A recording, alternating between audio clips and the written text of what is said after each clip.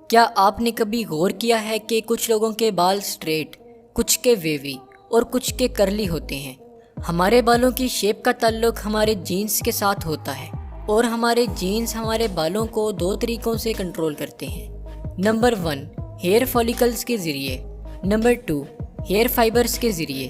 Hair follicles हमारी skin के अंदर मौजूद ऐसे स्किन कंपार्टमेंट्स होते हैं जिनमें से हेयर्स ग्रो होते हैं। हेयर फॉलिकल्स में केराटिन प्रोड्यूस करने वाले सेल्स मौजूद होते हैं। ये सेल्स केराटिन प्रोड्यूस करने के बाद अपने ऑर्गेनेल्स लूज कर देते हैं और डेड हो जाते हैं और फिर इन डेड सेल्स से मिलकर हमारे बाल बनते हैं जिनमें एबेंडेंस में केराटिन प्रेजेंट होती है। ये डेड सेल्स कॉन्टिन्यूसली बनते और आगे को मूव होते जाते हैं जिससे हमारे बाल लंबे होते जाते हैं। आइए अब देखते हैं कि ये हेयर फॉलिकल्स हमारे बालों की शेप को कैसे मुतासिर करते हैं।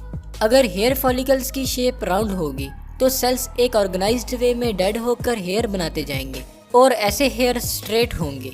और अगर हेयर फॉलिकल्स की शेप ओवल होगी या हेयर फॉलिकल्स स्किन में थोड़े बेंड हुए होंगे तो ऐसे हेयर फॉलिकल्स से निकलने वाले हेयर्स वेवी टाइप के होंगे। इसी तरह अगर हेयर फॉलिकल की शेप रिंकल टाइप होगी या हेयर फॉलिकल्स स्किन में ज़्यादा बेंड हुए होंगे तो ऐसे हेयर फॉलिकल्स से निकलने वाले हेयर्स शेप में कर्ली होंगे।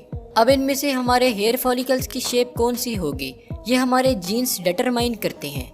इसके अलावा हमारे हेयर्स की शेप में हेयर फाइबर्स का भी रोल होता है।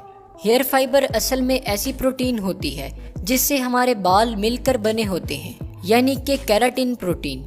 अगर हमारे हेयर्स में केराटिन प्रोटीन की अरेंजमेंट सिमेट्रिकल होगी तो हमारे हेयर स्ट्रेट होंगे और अगर हमारे हेयर फाइबर्स में केराटिन प्रोटीन की अरेंजमेंट एसिमेट्रिकल होगी तो फिर हमारे हेयर्स वेवी या कर्ली होंगे। ऐसा इसलिए होता है कि हेयर्स में मौजूद प्रोटीन्स में डिफरेंट टाइप की बॉन्डिंग पाई जाती है, जैसा कि weak hydrogen bonding and strong disulphide bonding.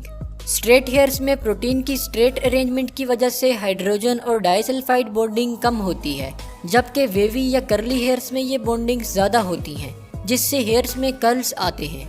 इसलिए अगर आप चाहते हैं कि आपके बाल स्ट्रेट हो जाएं तो इसके लिए डिफरेंट शैम्पू और केमिकल्स आते हैं जिनसे हेयर्स में मौजूद हाइड्रोजन बॉन्डिंग को तोड़ा जाता है, जिससे बाल कुछ वक्त के लिए स्ट्रेट हो जाते हैं। और अगर आप अपने बालों को लंबे अरसे के लिए स्ट्रेट करना चाह रहे हैं तो इसके लिए आपको ऐसे केमिकल्स का यूज़ करना होगा जो हेयर्स में मौजूद स्ट्रॉन्ग डाइसल्फाइड बॉन्ड्स को तोड़ें।